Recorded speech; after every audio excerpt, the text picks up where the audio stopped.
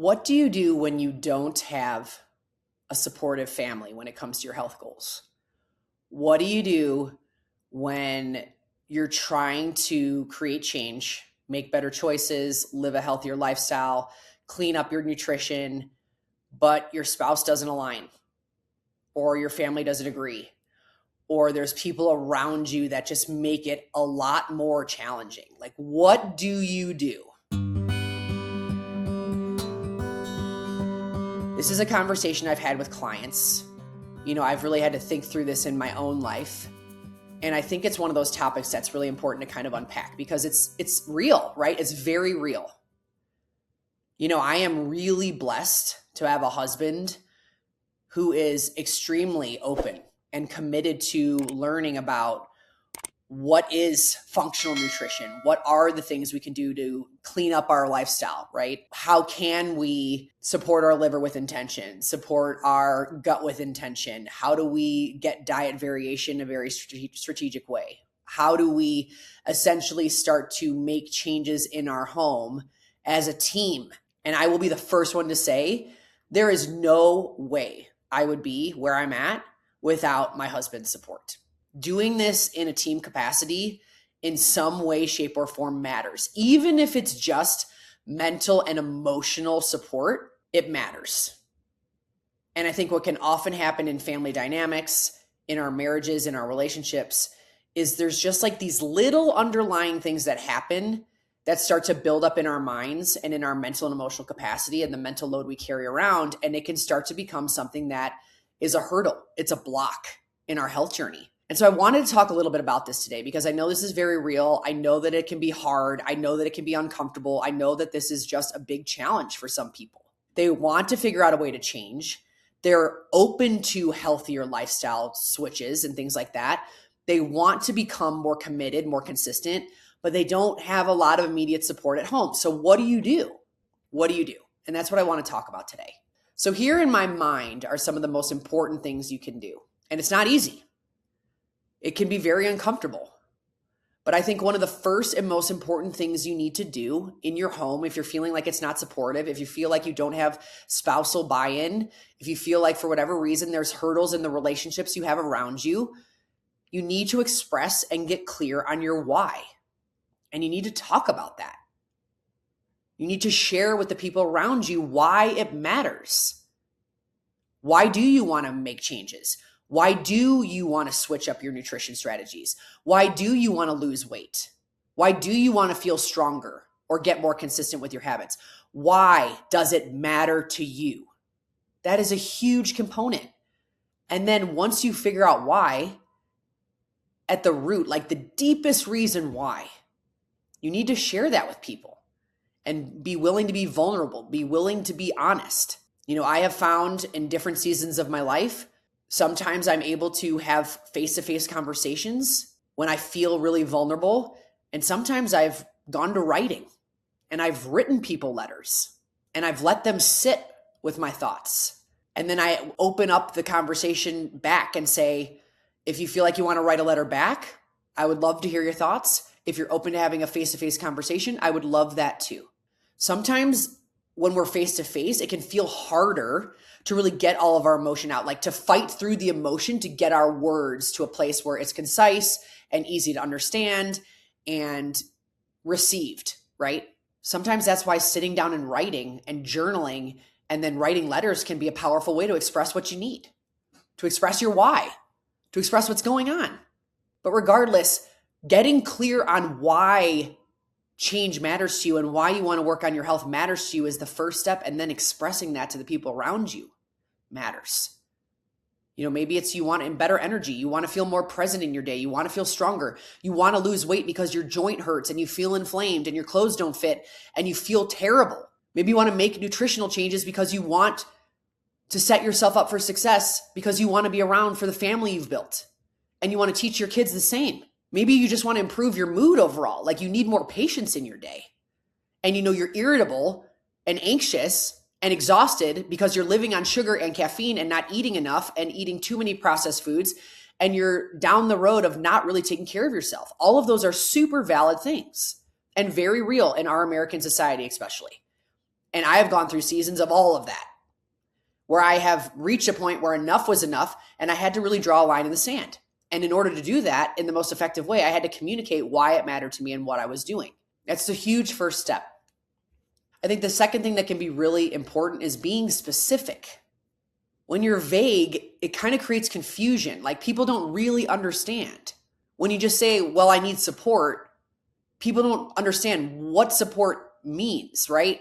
What do you mean you need support? What kind of support? Where do you need support? Is there something specific you need support with? How can I help support you? What would be the most supportive if I picked up something in the puzzle of our family? Whatever, right? Like being specific.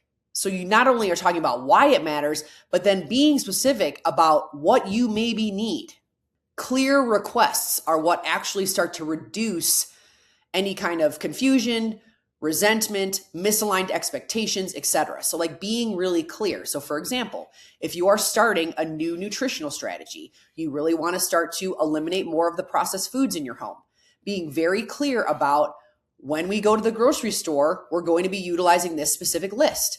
And this is what we're making based on the meal plan that we've come up with together. And this is what we're sticking to. And we're doing that because this is how we're going to feel energized, more confident. We're going to be able to sleep better. Our mood is going to feel more stabilized, whatever, right? Like getting specific about the why.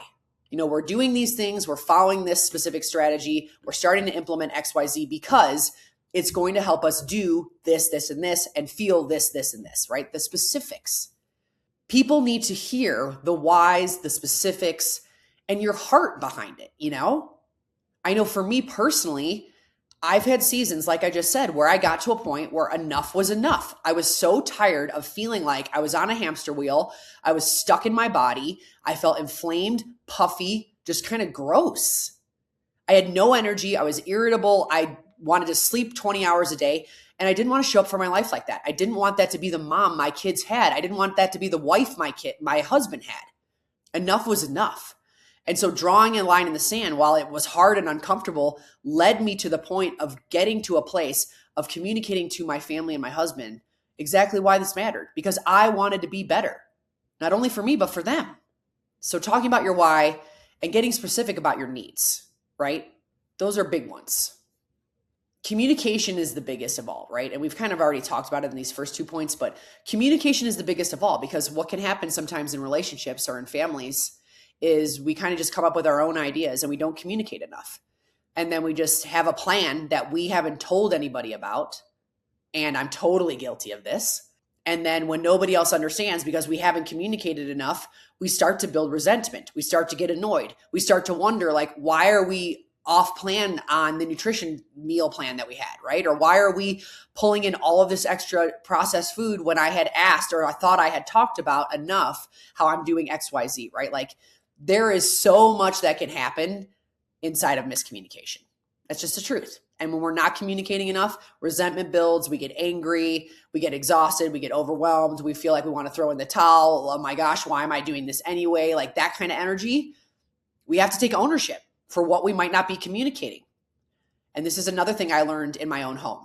If there's something that I'm doing or want to do related to nutritional change, health changes, routines, etc., like I'm literally communicating out exactly what my plan is. So then I know how many, different servings of groceries we need, right? Like who's doing what for the week?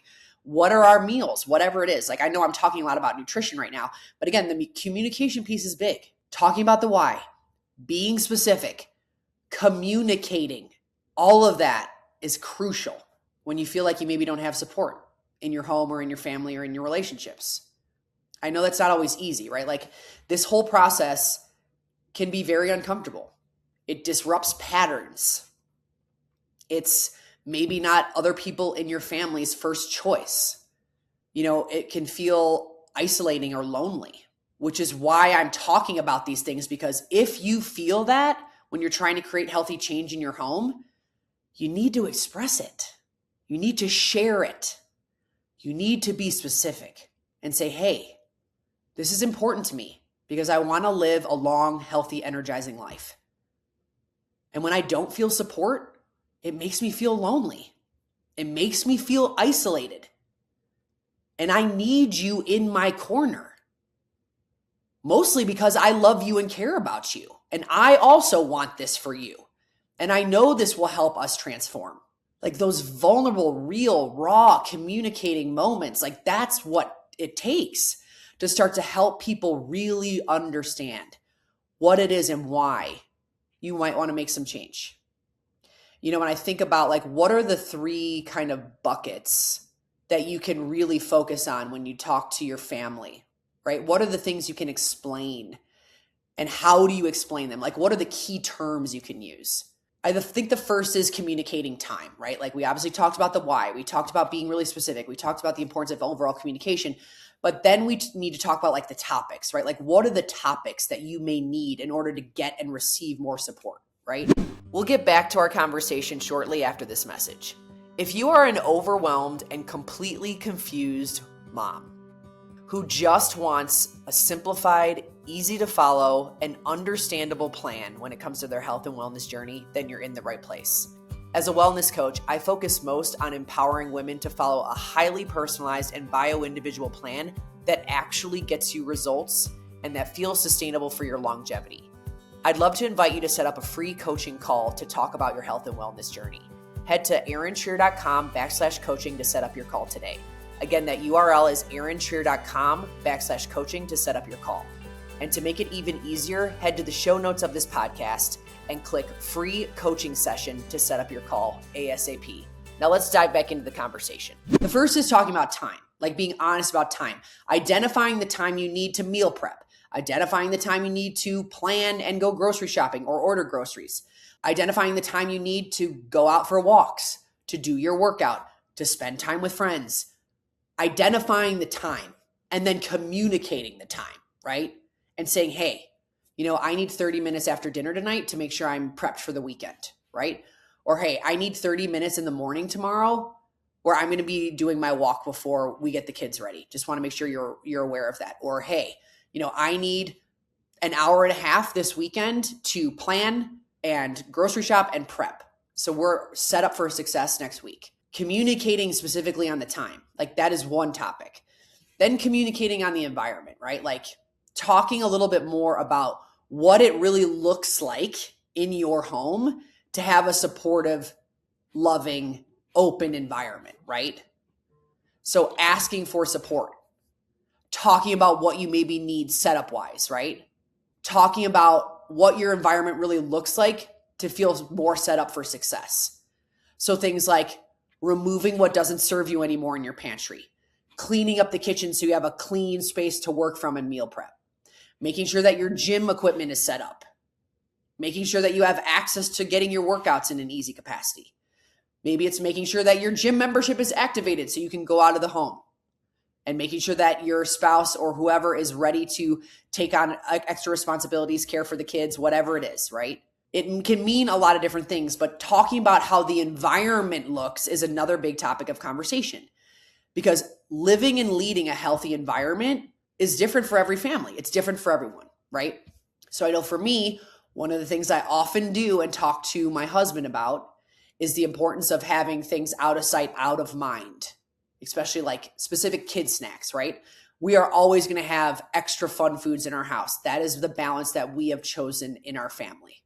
My kids will always have things that they can enjoy in some capacity within reason, and we like to try to stick to main things week to week that are cleaner and better options. However, we're always going to have some level of indulgences. That's important for my family. That's important for me. I want to teach my kids that nothing is off limits, that there needs to be balance, that there needs to be this idea of feeling empowered in your choices, not totally controlled the other direction by the food around us or by the choices around us. I want my family to feel equipped with what is energizing. What does my body need? How do I build an energizing, robust plate? What is fiber? What is protein? What are complex carbohydrates? I am constantly educating our family about that. I'm constantly talking to my kids about it. And the older they get, the more they know how to actually build an energizing plate and what's considered more of a fun food, a joy-filled food that's supposed to be enjoyed more in moderation. Like, what does that look like? And so we talk about the environment. And I want to encourage you to talk about the environment, right? Like thinking about what is going to set you up for success and then communicating that. And like I shared, for me, it's getting some of those things that are more snacky out of sight, out of mind for me, right? They go in a cabinet kind of underneath our kitchen island, and I restock them in the kids section for the kids snacks when they need them. But for me, like, I don't need them all over the counter. I don't need them easily accessible. I don't want them easily accessible. And it helps my brain just stay focused on what I know is going to serve me best on my health journey. And so I want you to really think about what's going to set yourself up, what's going to set you up for success the best when it comes to an environmental standpoint. And then I think energy is another big one, right? Like your overall language and energy, essentially tone, right? We talk a lot about tone in our house, right? There is a very big difference in tone. There's a very big difference in energy when you're using specific kinds of pitches, when you're using specific kinds of body language. All of that matters, right? So this is another topic, like when you're thinking about communicating your needs, communicating your why, actually communicating about time and environment, what you truly need in order to execute on some of these healthy decisions. Think about how you're executing it. Think about the tone and the nonverbals that come through in communication. I think it's really important to kind of prime yourself a little bit, right? Like work on your nervous system, do some breath work, get into a place where you feel really emotionally stabilized. So then you can speak about what's going on and be honest and vulnerable in a soft way, in a direct but soft way. So the people around you can hear you and feel your heart, you know? I think that's really important. Setting some boundaries and being open and honest is really important. I know sometimes in the health space, there's lots of comments, right? Like, why are you being so restrictive? Sometimes it's joking. Sometimes it's skepticism. Like, why are you doing that? You know? And we have to remember a lot of that reflection oftentimes is there's not enough education on the other person's side. Sometimes it's their own insecurity. Sometimes they're curious and they don't know how to communicate. So we have to kind of work through those things. And a lot of that will come through best when we work on our language, our energy, and our tone and try to communicate in a very soft way, which isn't always easy. And I am the first person to say I'm totally guilty of that. I have to always be working on, because I'm such a passionate person, my tone, my nonverbals, how I'm communicating things, what I'm asking for, why I'm asking for it, and try to be as mindful as I can. Sometimes I do great, and sometimes I really miss the mark and have to do the repair work and apologize and try again. But I want to encourage you to really think through these things, because I know when you don't have support or you feel like you don't have support, it can make trying to create change 10 times harder. And I want you to know you deserve that support. I want you to know that at the end of the day, like, taking care of your health isn't selfish. And it's truly one of the most generous things you can do for the people you love. And I think the more open and wholeheartedly you can communicate that, the more you can slowly get people on board. I think we don't always do enough of sharing with people, like, I want to do this not only because I love myself to the degree you deserve to love yourself, right? But because you love the other people around you so much. Vulnerability and transparency goes a long way. And if you're someone who has felt this way or feels this way and feels like, I don't have spousal buy-in, I don't have family support, I feel like I'm doing all of this on an island and it's making things 10 times harder, I hope and pray that this episode helped you in some way about what you can start to communicate. And, you know, obviously I'm a firm believer and have my coaching program the way I have set up because I want to be an additional resource of support and accountability. I want to be an additional guide on how to be consistent and help you take action. At the end of the day, your day-to-day also will need support, right? And a lot of that comes from the family unit. What's happening in the home? What's happening in your marriage? What's happening in your relationships? What's happening immediately around you? Like, that is so incredibly important, right? And so I hope that, again, this gave you some level of things to think about. Because if you're feeling like you're not supported at home, you deserve to have more support. And if this doesn't necessarily move the needle for you, I would love to talk to you at any point in time about how I can be a support to you or how I can help you get connected to places of support. Because I know it's not always easy. And I know the unfortunate and hardest part is we can't control anyone but ourselves. We can't make decisions for anybody but us. And that even includes the immediate home we have. Our kids, our spouses. We cannot control the choices that they decide to make. We can certainly guide, we can help, we can encourage, we can be loving, we can be caring, we can be compassionate, we can invite them into our journeys, but we can't do the work or make the decisions for anyone else. And that's maybe one of the hardest things inside of this topic, especially when you really love someone else and you see that they're not really taking care of your health. Then what? When they're not taking care of themselves, then what? How do you softly encourage them? How do you invite them into the fold? Honestly, a lot of it is through the communication stuff I just talked about. Being vulnerable and honest about yourself first. And hopefully that opens up space for them to be vulnerable and honest too. Because at the end of the day, none of us are stuck. We always can find a way to make change, to create a healthier lifestyle, and to be better for ourselves and our families. Thank you so much for tuning in to today's episode. I know balancing time and energy can be a challenge, and I'm so proud of you for listening in and investing in your wellness journey. I feel incredibly grateful to connect with you and for the opportunity to share more knowledge, stories, and encouragement related to all things wellness. I would love to hear how this podcast has served you. If you enjoyed today's episode, please subscribe and leave a review on either iTunes or Spotify. Your support truly means the world to me and helps me reach more women just like you and me who are looking to transform their health from the inside out. Plus, when you share this episode with a friend, we invite more women in to learn alongside us. What a gift. Remember, knowledge is power, and the more we know, the better we can do. For ourselves, for our families, and our future. Well done on taking the step towards a healthier, happier you. Until next week, stay empowered and stay well.